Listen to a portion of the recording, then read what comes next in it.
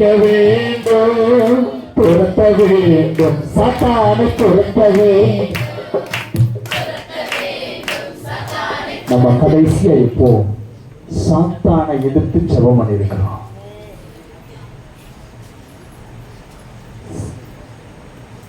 சங்கீதக்காரன் சொல்றான், முன்னே நான் பண்டிகை ஆசரிக்கிற ஜனங்களோட கூட நடந்து கூட்டத்தில் கழிப்பும் புதியமான சத்தத்தோட தேவாலயத்திற்கு போய் வருவேன்.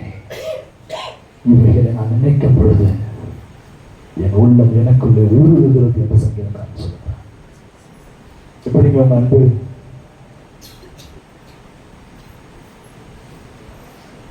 கர்த்தர் உங்களை பார்த்து கேள்வி கேட்கிறார்.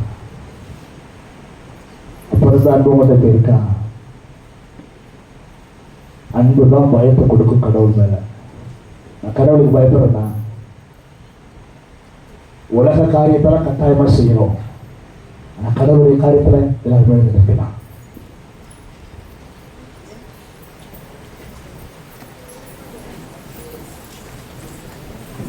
உட்காந்துருங்க, உட்காந்துருங்க,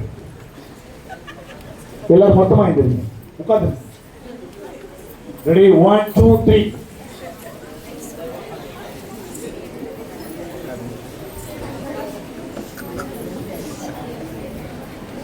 ஒரு புதிய ஆண்டுக்குள்ள பிரவேசிக்க போகிறோம். நம்ம ஆராய்ந்து பார்ப்போம். நான் எத்தனை முறை கர்த்தருடைய வசனத்தை அசட்டை செய்திருக்கிறேன், எத்தனை முறை